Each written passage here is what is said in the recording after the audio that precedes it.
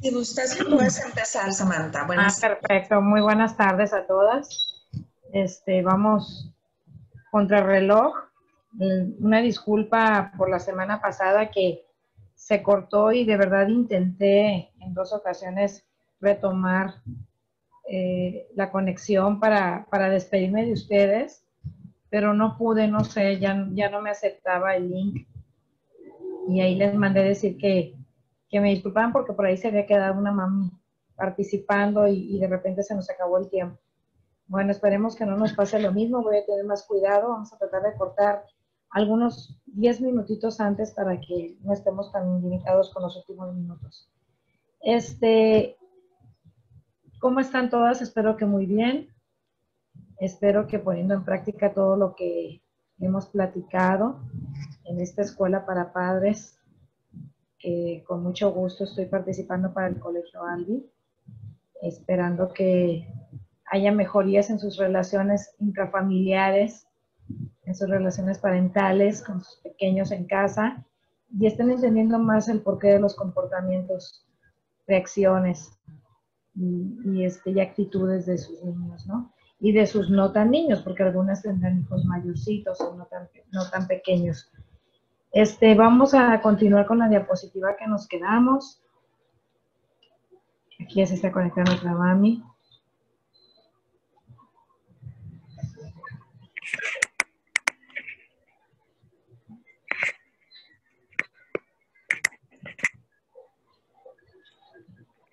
Ok. Nos quedamos en esta diapositiva. Nos vamos a ir un poquito atrás. Maestra Rebeca, ¿me ayudas para retomar un poquito la conversación anterior? ¿Se acuerdan que les hablé y les describí cómo era la pirámide de Maslow y cómo era importante para Maslow y cómo describe que la autorrealización se alcanza una vez que alcanzamos o que vamos nivelando cada una de estas áreas de la de la pirámide de la motivación? Si no las tenemos cubiertas en su totalidad, pues es complicado llegar a esa etapa de la autorrealización y estar en la cúspide de esa pirámide. Y es por eso que les decía que la felicidad es tan relativa, tan única, tan especial y tan frágil y tan corta muchas veces. Lo que para mí es felicidad, quizás para ti que me estás escuchando no lo es, porque va a depender de todos esos multifactores que la acompañan o que son previos para poder llegar a esa autorrealización. Ahora sí, nos vamos con la siguiente. Y la siguiente dice que hay una motivación de carencia, que son todas esas necesidades orientadas a la supervivencia, y una motivación de crecimiento, que son las necesidades orientadas hacia el crecimiento. Curiosamente, hace un rato tuve una conversación con un paciente precisamente de este tipo de necesidades. Considero que en esta etapa de pandemia que estamos experimentando, estamos viviendo una motivación de carencia, porque en realidad estamos cubriendo nuestras necesidades orientadas a la supervivencia. No creo que nadie, como se los he comentado, la esté pasando súper bien en esta temporada. A todos, de alguna u otra manera, nos ha venido a afectar en nuestra motivación, porque nuestros proyectos se han visto truncados, nuestras rutinas se han visto alteradas, nuestras relaciones se han visto afectadas, entonces nuestra motivación disminuye. Por lo tanto, la felicidad pues está muy compleja para poderla adquirir o sentirla con tanta facilidad como podíamos hacerlo antes. Hay muchas publicaciones en las redes sociales que dicen, éramos tan felices y no lo sabíamos, ¿verdad? Así es, éramos tan felices y no conocíamos que teníamos todos los recursos para ser felices. Ahorita nuestras necesidades están definitivamente orientadas a esa sobrevivencia, a esa supervivencia, porque en realidad estamos viviendo el día al día, porque no podemos ahorita proyectar planes, aunque si bien es cierto no podemos dejarnos manipular por una enfermedad o por un virus, pues finalmente estamos siendo dirigidos, nuestro camino va siendo dirigido a lo que las circunstancias nos van orientando y a lo que en el contexto familiar que nos va rodeando va surgiendo en ese momento. Ahorita yo no puedo planearles ni decirles con certeza qué voy a hacer el 31 de diciembre, porque en realidad no lo puedo hacer. y que me diga quién de los que me están escuchando lo puede planear, para que me diga cómo le hace para planearlo. ¿Por qué? Porque estamos viviendo con una motivación de carencia, porque estamos careciendo de mucha estabilidad, de esa seguridad que nos daba el poder planificar, el no vivir con esta incertidumbre. Bueno, eso es una manera muy fácil de ejemplificarles lo que es una motivación de carencia. Y la motivación de crecimiento, pues es precisamente todas esas necesidades orientadas a crecer, ¿sabes? Es que yo voy a echarle muchas ganas a terminar este ciclo escolar o a terminar esta jornada con esta empresa, que se termina mi contrato en enero, porque yo en febrero me quiero inscribir para hacer mi doctorado. Ya tengo todos mis papeles, entonces necesito tener más tiempo libre. Ahí mi motivación de crecimiento va orientada en eso, a esa formación, a eso que yo aspiro y que puedo planificar. Y entonces eso me genera cierta felicidad, me genera alegría, me mantiene motivado, ¿verdad? Bueno, pues esto es lo que tenemos que identificar para saber cómo vamos a motivar también a nuestros pequeños. Y como estamos hablando de lo que es la inclusión educativa, pues cómo vamos a motivar a nuestros pequeños para poder que en realidad se sientan incluidos, se sientan parte del contexto y no se sientan excluidos. O los demás no excluyan a los demás y sirvan de motivación para que esa otra persona vulnerable pueda salir adelante de esa situación que está padeciendo. Vamos con la siguiente. Hay necesidades fisiológicas que son las que se ocupan ocupan la conciencia hasta que son gratificadas y se sumergen dejando que emerja la siguiente serie de necesidades en la jerarquía. Hay necesidades de protección y seguridad. Estas ocupan la conciencia. Por lo tanto, las gratificaciones del hambre, la sed y el sueño no solo satisfacen estas necesidades fisiológicas, sino que también abren paso a las necesidades de estar en un mundo comprensible, seguro y ordenado. Es un poco la descripción ya gráfica de lo que les platicaba de las necesidades de la pirámide de Maslow, ¿sí? Vamos con la siguiente. Te invito a hacerte 5 preguntas para que identifiques cómo las necesidades varían según la edad de cada persona. ¿Te gusta hacer cosas que me hagan ser admirado o admirada? Esa es la valoración. ¿Te gusta hacer cosas con tu familia y con tus amigos? Eso es de pertenencia. ¿Te gusta hacer cosas que satisfagan tus necesidades físicas? Esas son necesidades fisiológicas. ¿Te gusta hacer cosas que te permitan desarrollar tus talentos o intereses? Esa es la autorrealización. ¿Te gusta hacer cosas que se han planificado con anterioridad? Eso es lo que te da seguridad. Entonces, según la edad que estemos viviendo los seres humanos, vamos a tener algunas necesidades más despuntadas que las otras. Cuando estamos bebecitos, pues solamente nuestras necesidades fisiológicas son las que nos interesan. Tengo hambre, ya quiero, y empiezo a llorar porque ya quiero que me des la teta o el bibi porque tengo mucha hambre. Y además ya me ensucié el pañal y ocupo que vengas y me limpies. Pero conforme vamos creciendo, vamos evolucionando, nuestras necesidades se van complementando o se van haciendo más complejas. Entonces es por eso que es más complicada la felicidad, ¿sí? ¿Se acuerdan? No sé si todas lo hayan visto, pero los padres de familia que vieron la película Intensamente, con sus pequeños, como esta película que les platico, que es muy interesante, se las he venido mencionando a lo largo de las pláticas, porque como la alegría siempre quería destacar. Y a lo largo de la historia de la niña, personaje principal, Alegría quería ser, creía ella que su rol era mantener a Rayleigh contenta y que no padeciera nada, pero la niña, conforme iba creciendo, sus necesidades se iban haciendo más complicadas, porque ya no solamente eran fisiológicas, la niña necesitaba ser admirada, la niña ya necesitaba tener amigos y saberse amada por sus amigos, necesitaba hacer cosas que le hicieran sentir bien, que podía tener logros, y también saber que podía planificar, que me acuerdo que en esa película la película narra que se van a cambiar de ciudad y cómo eso le generó cierta incertidumbre, que es cuando el desagrado salía a flote, ¿verdad? ¿Por qué? Porque la niña no sabía qué iba a pasar en la nueva ciudad y en la nueva casa que iban a vivir con sus papás. Imagínense a nuestros niños que pasan por tantas cosas. Imagínenlos ahorita que los tenemos encerrados en 4 paredes. Ojalá todos fuéramos privilegiados en tener una casa con jardines, qué sé yo, con caballerizas, una alberca, para poder decir, bueno, pues ahorita se va a desaburrir allá cepillando a su caballito pony que le compré, ¿verdad? O sea, ir a darle de comer a las gallinitas. No, los tenemos encerrados en unas casas regularmente estándares pequeñas, en donde no hay mucho espacio y lo más que podemos llegar a hacer es ponerles una alberquita con agua, que ya se está acabando la temporada, o sacarlos a dar la vuelta en el carro. Algunos, ay, perdón, ya me estoy quedando sin voz. Algunos han optado por ir a la playa. Las playas, por cierto, muy concurridas. Este fin de semana, por primera vez se me ocurrió ir a buscar una parte de la playa sola y le batallé porque están bastante concurridas. O sea, la gente ya nos estamos fastidiando. Ya el caos dentro de la casa se está dando porque las necesidades no están siendo cubiertas, ¿verdad? Vamos con la siguiente. 8 conductas que facilitan la autorrealización.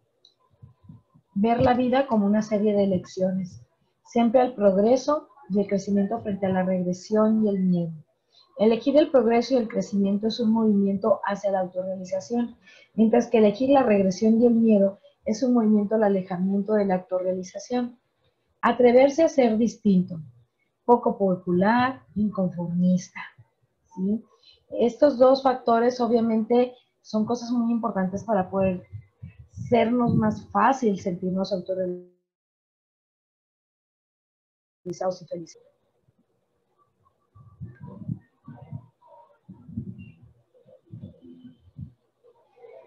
Crear las condiciones propicias para que se den experiencias significativas, liberarse de ideas e ilusiones falsas, averiguar qué es lo que uno hace bien y llegar a conocer el propio potencial mediante el conocimiento de los fallos propios, identificar las defensas y tener el coraje de dejarlas. Asumir la responsabilidad de las decisiones propias y de las consecuencias. Percibirse a uno mismo y estar atento a los propios impulsos, vivir las cosas sin pudor, defensas ni timidez.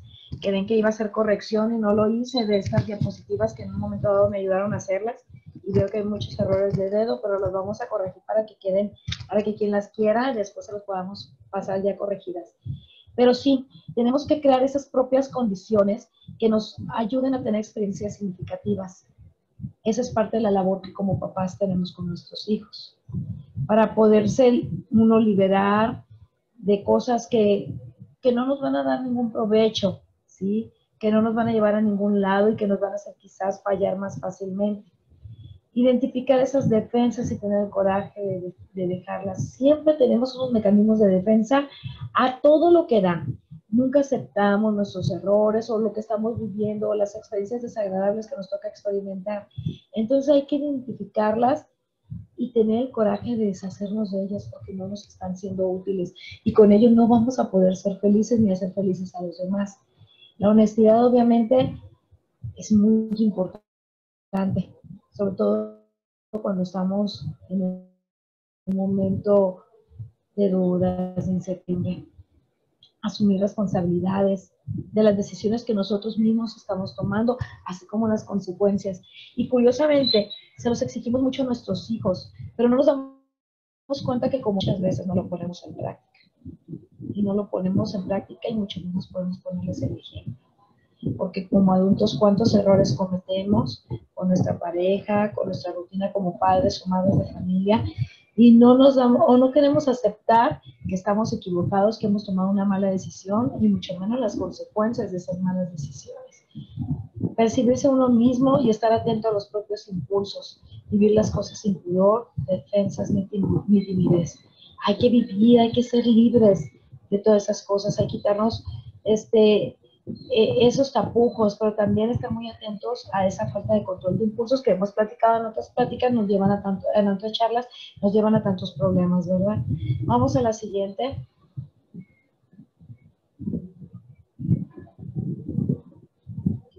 Experimentar completa, vividamente, con total concentración y absorción. Experimentar sin inconsciencia, prejuicios o timidez. Hay que vivir. ¿Qué mejor mensaje que lo que estamos viviendo en este momento?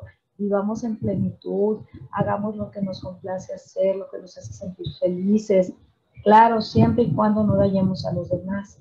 Hacer uso de la propia inteligencia para hacer aquello que uno quiere hacer, sea el trabajo de un médico, un padre, un pianista, un académico, un atleta. Por favor. Sé que algunos van a decir, es que yo considero que no soy muy inteligente. Recuerden que ya les he platicado que hay muchos tipos de inteligencias. Entonces hay que desarrollarlas, utilizarlas para hacer bien eso que deseamos hacer, a lo que nos queremos enfocar a hacer. Y eso nos va a hacer sentirnos felices. Obviamente es un mensaje consciente e inconsciente que le estamos dando a nuestros hijos para ellos hacer lo mismo y poder sentirse felices, plenos y poder sentirse incluidos, que es parte, no olvidemos el tema central de esta charla. Vamos con la siguiente. La autorrealización es algo que una vez que llegamos a tener cierta edad debemos buscar de manera personal. Cuando somos niños, pues nuestros papás nos van a guiar para que nuestros hijos, ay, voy a hacer todo lo posible porque mi hijo tenga la piñata como él sueña, como él quiere su fiesta de cumpleaños. Voy a traer esto, voy a hacer aquello, le voy a comprar aquello, lo voy a llevar a tal lado. Ahí hay otras personas que se están haciendo responsables de que nosotros nos sintamos autorrealizados en algún momento de nuestras vidas. Pero conforme vamos creciendo, esa autorrealización es algo que nos corresponde a nosotros mismos buscar. ¿Sí? Es personal, como les venía diciendo desde un inicio. Lo que a mí me hace feliz, a ti quizás no te hace feliz. Entonces tú tienes que construirla. Es por eso, caballeros que nos van a escuchar en estas charlas, las mujeres, se dice, teóricamente está escrito, no es algo que yo estoy inventando, que somos más maduras que los varones. Maduramos más rápido que ustedes en edad cronológica, ¿no? Un niño de 12 no se va a comparar en nada con una niña de 12 años. Entonces, cuando las mujeres llegamos a una edad de la madurez que regularmente oscila entre los 38 y 45 años de edad, hay otro cambio en nosotros muy importante y cosas que tolerábamos con mucha frecuencia anteriormente, hay muchos escritos que lo dicen, llegamos a rechazarlo y a no aceptarlo. Pero dice el marido, pero ¿cómo? O sea, si antes esto no le molestaba y ahora resulta que no le puedo decir esto, o ya de plano la mujer está intolerante, ya me está corriendo de la casa, o ya está buscando el divorcio, de verdad no saben, digo, por aquí sé que hay algunas mamás abogadas, no sé si hay algunas abogadas que se encargan del área familiar, pero muchos matrimonios se deshacen cuando la mujer llega a esta etapa de la madurez, de la evolución de su vida. ¿Por qué? Porque está buscando ahora sí esa autorrealización y ya se da cuenta para atrás que no la ha alcanzado y ve venir un futuro más corto y dice, no, pues tengo que trabajar mucho para poderlo lograr, y algunas lo hacen de manera muy arrebatada, inconsciente, afectando a muchas personas, pero es una etapa de mucha revolución para las mujeres, porque hay una etapa también metabólica que nos afecta bastante cuando ya empiezan esos síntomas premenopáusicos, nos ponemos muy insoportables. Entonces sí, sí es algo que te das cuenta que la mujer empieza a buscar por su cuenta, también el varón. Ustedes también tienen su etapa crítica y no creen que nada más somos las menopáusicas nosotros, también ustedes pasan por algo o atraviesan una situación parecida, pero no es tan evidente o no es tan radical como la experimentamos las mujeres. Entonces hay que enfocar a nuestros hijos a enseñarnos a que la felicidad es algo que ellos mismos van a tener que buscar, ellos mismos van a tener que alcanzar, que mientras estén bajo el yugo, mientras estén bajo nuestros cuidados, obviamente es una responsabilidad de nosotros los padres, pero tenemos que enseñarles el camino para ellos encontrarlo. En ocasiones es complicado, las cosas parecieran no favorecernos, pero es cuestión de buscar la autorregulación en cada una de nuestras necesidades, para poder cubrirlas y llegar a tocar la felicidad, la cual es complicado que sea eterna, porque constantemente hay cambios en nuestro contexto que alteran nuestra armonía. Definitivamente, como se los venía comentando, es muy complicado sostenernos en la autorrealización y en esa felicidad plena. Es un momento y hay que disfrutarlo al máximo. Y esa es la filosofía con la que también tenemos que enseñarles a nuestros hijos. Si eso se los inculcáramos mucho a ellos, seguramente sus relaciones con sus propios amiguitos, con la gente que los rodea, sería mucho más saludable. pero no les enseñamos que la felicidad es, aparte construida por uno mismo, es momentánea y que hay que disfrutarla con plenitud. Y que además esa felicidad hay que compartirla.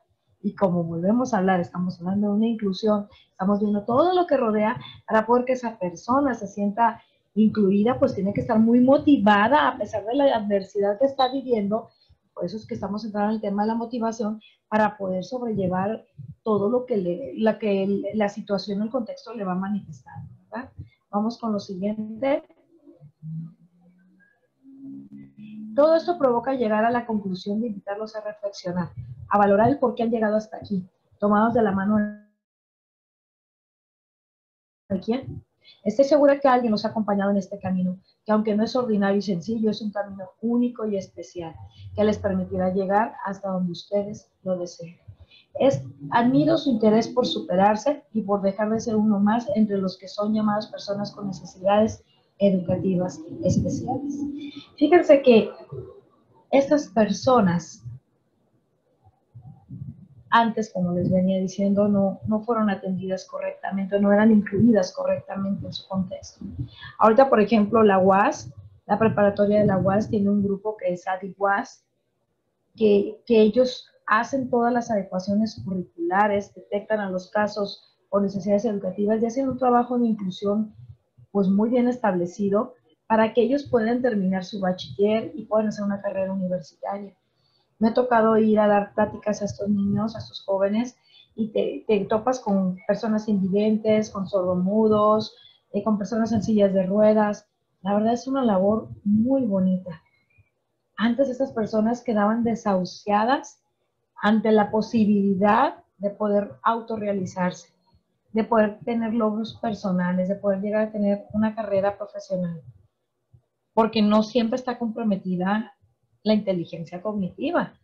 No siempre, o sea, estas personas pueden tener una discapacidad física, motora, pero tienen la capacidad de aprender, de memorizar. Algunos otros sí tienen discapacidad intelectual, ¿sí? Pero pueden ser ayudados, auxiliados para poder alcanzar los niveles básicos que se necesitan para poder culminar sus estudios. Ahora imagínense en el nivel preescolar todo lo que se puede hacer para que estos niños con alguna necesidad se sientan integrados, amados, y para que sus hijos sientan que ese compañerito les pertenece y que es igual que ellos y que no hay ninguna diferencia entre ellos. Qué bonita labor, la verdad, la que hacen las escuelas, que de verdad desean incluir y hacen todo lo posible por ser una escuela incluyente. Es una labor que admiro mucho, que aplaudo mucho, y que con nosotros como padres tenemos que hacer la parte que nos corresponde en casa para que nuestros hijos puedan contribuir a que eso sea más sencillo para el compañerito vulnerable, ¿verdad? Vamos con la siguiente. Y pues ya con esto, qué bueno, porque ya concluimos para que nos dé bastante el tiempo de poderlas escuchar, porque este tema de inclusión, como yo les decía, es algo que a mí me interesa, es algo que siento que es muy importante, porque hablar de inclusión educativa es hablar de un progreso y de una evolución como seres humanos. ¿Sí? Es hablar de esa calidad humana y de esa empatía que debemos de desarrollar en nosotros mismos como adultos y en nuestros hijos inculcarlos, que no sea algo que ellos noten diferencia, ¿verdad? Tenemos poca audiencia, en esta ocasión tenemos solamente a Andrea. Andrea, me encanta porque siempre has hecho el esfuerzo, quizás ha sido más sencillo para ti estar en esta charla de manera presencial, pero sé que estas pláticas, porque se han comunicado con nosotros, la han visto otros padres. De hecho, ayer me tocó ver a una mamá que me dijo que ha estado siguiendo las pláticas por YouTube. De verdad deseo que todo esto que estamos manejando sea aplicado y no solamente sea escuchado y sea almacenado en sus memorias y no lo lleven a cabo a la práctica. Pero me gustaría en esta ocasión escuchar a las maestras que les ha tocado tener, me imagino, a lo largo de su historia como docentes, a varios niños con alguna necesidad educativa y a las reacciones de algunos padres en contra o en pro de esta situación en el aula. Me gustaría ahora más que escuchar a los padres, escucharlas a ustedes, maestras, qué experiencias han tenido con respecto a este tema.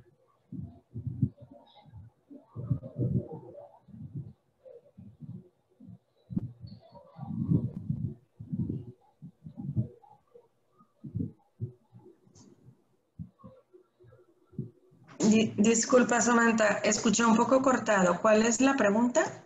Me gustaría que, como este tema tiene que ver con la inclusión educativa, me gustaría mucho saber que ustedes como docentes, a lo largo de la historia del Kinder Albi, ¿con qué situaciones se han enfrentado de inclusión educativa, los pros y los contras, la aceptación, la no aceptación, tanto del padre de familia como del grupo o de los niños? ¿Cuál es la experiencia que ustedes han tenido como una escuela que yo lo sé y me consta, una escuela incluyente?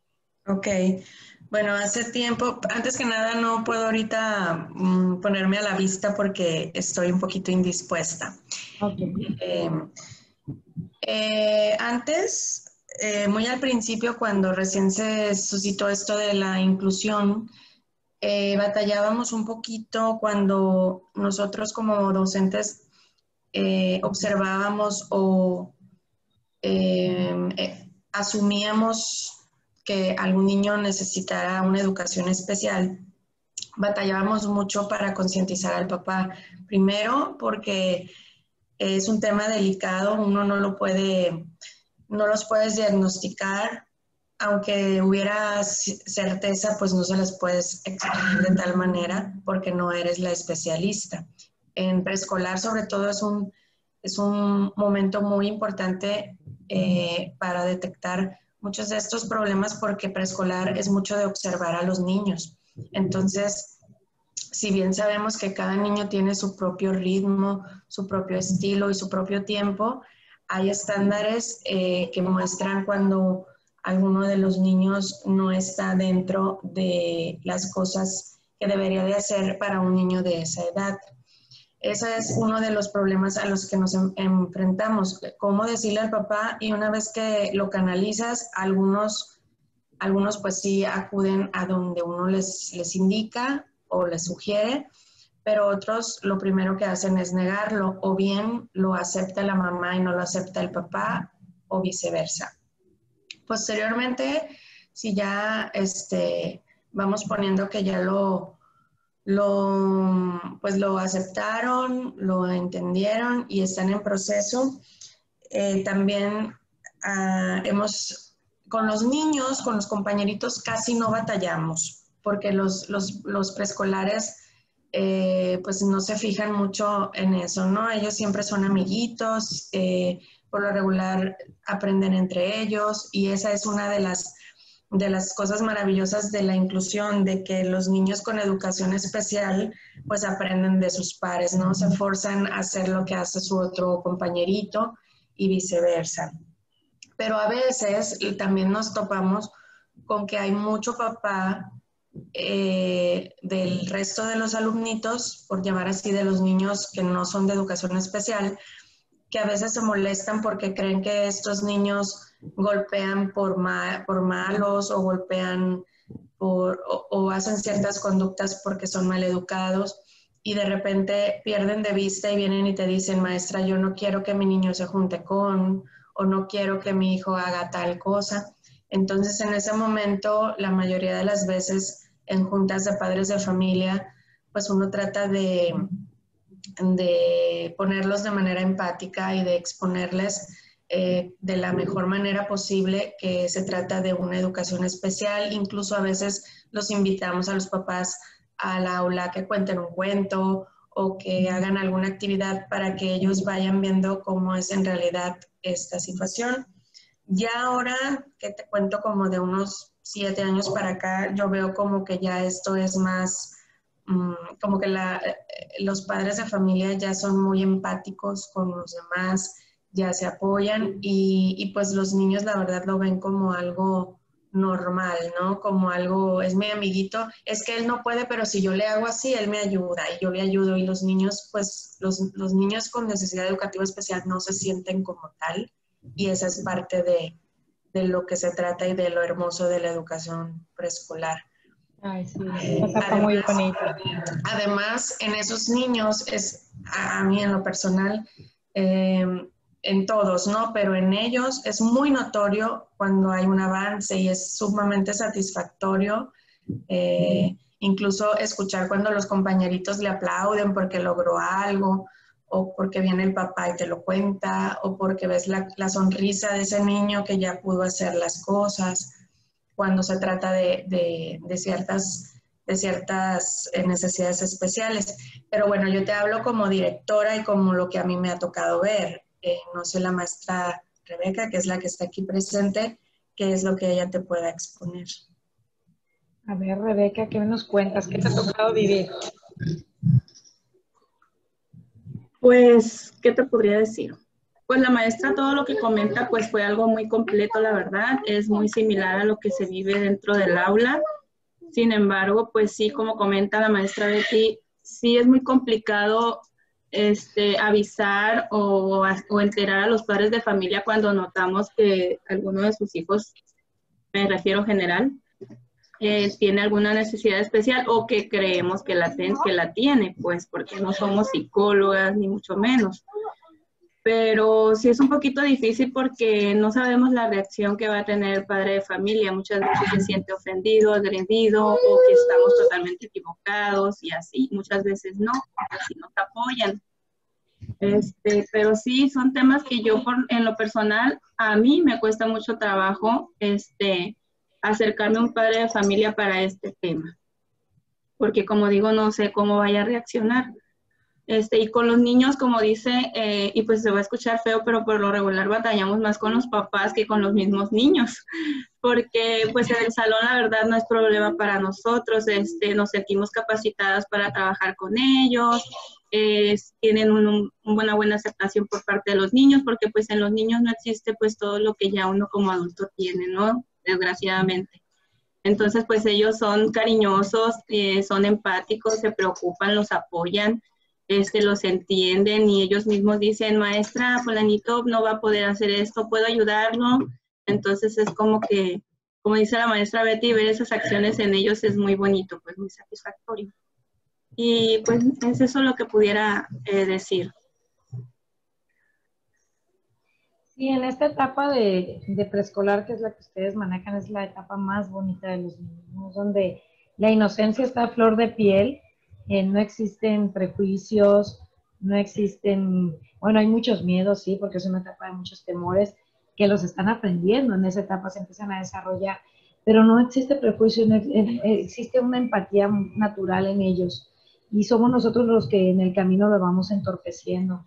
Kinder Albi es un kinder que tiene la infraestructura adecuada para recibir a este tipo de niños, porque regularmente el terapeuta de educación especial va a recomendar una escuela pequeña, de grupos reducidos, de atención semipersonalizada. Entonces, Kinder Albi tiene estas cualidades. Y además de que cuenta con esta infraestructura y estas cualidades anatómicas, también la tiene en cuestiones de personal, ¿no? Yo tengo el gusto de conocer a algunas de sus educadoras, son personas sensibles, son personas chambeadoras, muy encantadoras. Entonces, si a mí me llega un niño que llega en esa etapa, yo no dudo en recomendar ese kinder para que asistan, así como existen otras escuelas. Pero ¿cuál es a lo que yo como terapeuta me toco? Que los envío, los remito y después me regresa el papá y me dice, ¿sabes qué? No me lo quisieron recibir. No, que porque esto, que porque no tienen un psicólogo a cargo, que porque, o sea, no es el caso de Kinder Albi, hasta el momento siempre los han recibido con los brazos abiertos, pero en otras escuelas sí. Entonces eso es algo que también ahí nos damos cuenta cómo estamos en pañales al hablar de este tema en nuestro país, donde también nos faltan mucho. Y a ustedes, papás que me están escuchando, tienen la función más importante del mundo, sensibilizar a sus hijos y así como también aceptar, detectar que ellos pueden llegar a tener también algún tipo de necesidad, que no estamos ningunos exentos a experimentar esto en algún momento de nuestras vidas. Nos quedan solamente menos de 4 minutos y rápidamente les voy a contar una anécdota. En un colegio pequeño hubo una familia que tuvo un accidente automovilístico y la niña perdió una pierna. Se tuvo que perder un ciclo escolar completo y cuando regresó fue todo un proceso de inclusión el que se tuvo que hacer. ¿Por qué? Porque para la niña era complicado y después fue maravilloso ver a esa niña cómo con su silla de ruedas y muletitas podía subir y bajar y jugar con sus amigos en el recreo y cómo era querida y amada por sus compañeros. Pero es una labor no solamente del padre de familia, no solamente del docente, no solamente de los compañeros, es una labor de toda una sociedad, de todo un país. Y estamos todavía muy lejos de verdad utilizar el manejo, la palabra inclusión. Está muy manoseada la palabra, más no está bien aplicada. Incluir, no solamente admitir a un niño en la lista de inscripciones, es de verdad hacer diseños curriculares y adecuaciones especiales para que ese niño pueda adaptarse a su sociedad educativa. Samantha, perdón que te interrumpa. Comentas una anécdota de un kinder. Nosotros, pues desgraciadamente se puede decir porque en realidad no es algo lindo, pero ya tuvimos una experiencia así. Un niño que era de condiciones pues normales como cualquier otro, de repente presentaba dolores de cabeza y se lo hicimos saber a sus papás, a su mamá en ese caso, porque era mamá soltera. Pues resultó que tenía un tumor en su cerebro y eso pues salió maligno, era cáncer en el cerebro y pues tuvo todas sus quimios, todo, y pues todo eso le fue matando muchas pues hormonas en su cerebro, muchas neuronas. Y obviamente el niño dejó de caminar, de moverse como se movía, utilizaba silla de ruedas, o sea, ¿cómo fue que un niño siendo totalmente normal pasó a convertirse a un niño especial? Y sus compañeritos jamás, de los jamases, se burlaron, sí se preocuparon de que por qué ocurrió, hicieron muchas preguntas, pero pues se les habló en el momento y fueron muy, muy comprensibles y solidarios y lo cuidaban y el niño se divertía en el kinder con sus amiguitos. Ya me está entrando la psicosis porque dice el relojito 1:17 y no quiero quedarme con la boca abierta como la semana pasada, pero sí, en verdad es una labor muy grande y nunca, o sea, de verdad, papás, agarremos la onda, agarremos el rollo y pongámonos las pilas para hacer de este mundo un mundo mejor y empecemos desde casa. Desde casa. Y a cualquiera nos puede pasar. Yo fui mamá de una niña NE y pues así es que todos. Echémosle ganas y nos vemos con un nuevo tema la próxima semana. Un gusto estar con ustedes. Muchas gracias. Hasta luego. Hasta luego. Gracias. Bye. Bye.